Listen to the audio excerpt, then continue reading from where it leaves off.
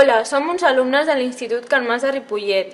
Som el Mohamed, Maria, Megan i Chiara.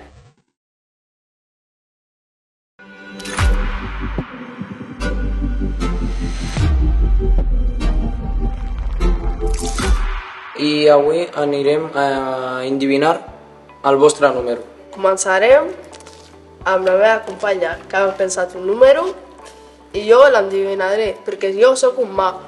Jo no ho vaig a mirar, ella va apuntar el número.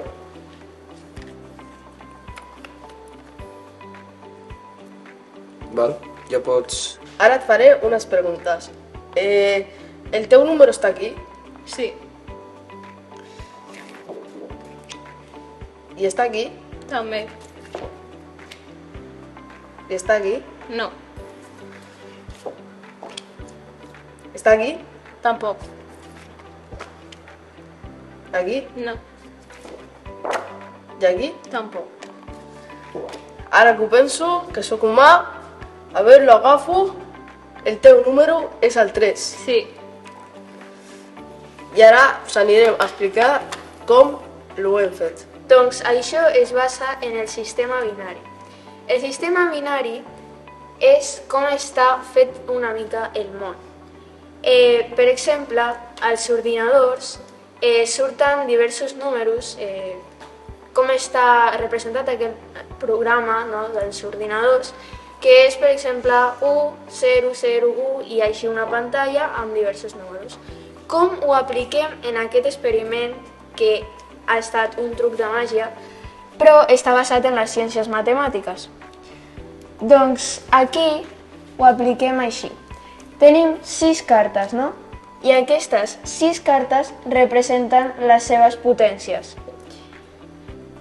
Aquí, quan la nostra companya estava dient si el seu número estava en una carta, posem un 1 a les cartes que diu que sí.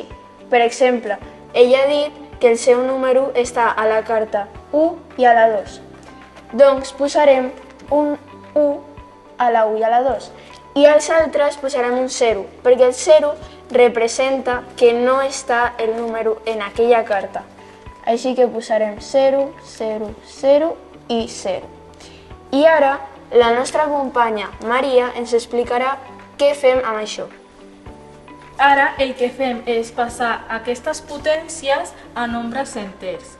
Per exemple, aquí passarem el 2 elevat a 0 al seu nombre enter, que és un 1. Aquí el mateix, 2 elevat a 1 és 2. En canvi, aquí on estan els zeros no posarem res perquè no compta res. I això ho sumem i ens dona 3. I aquest ha estat el número que estava pensant la nostra companya. Què espereu? No voleu ser mags? Adéu. Adéu.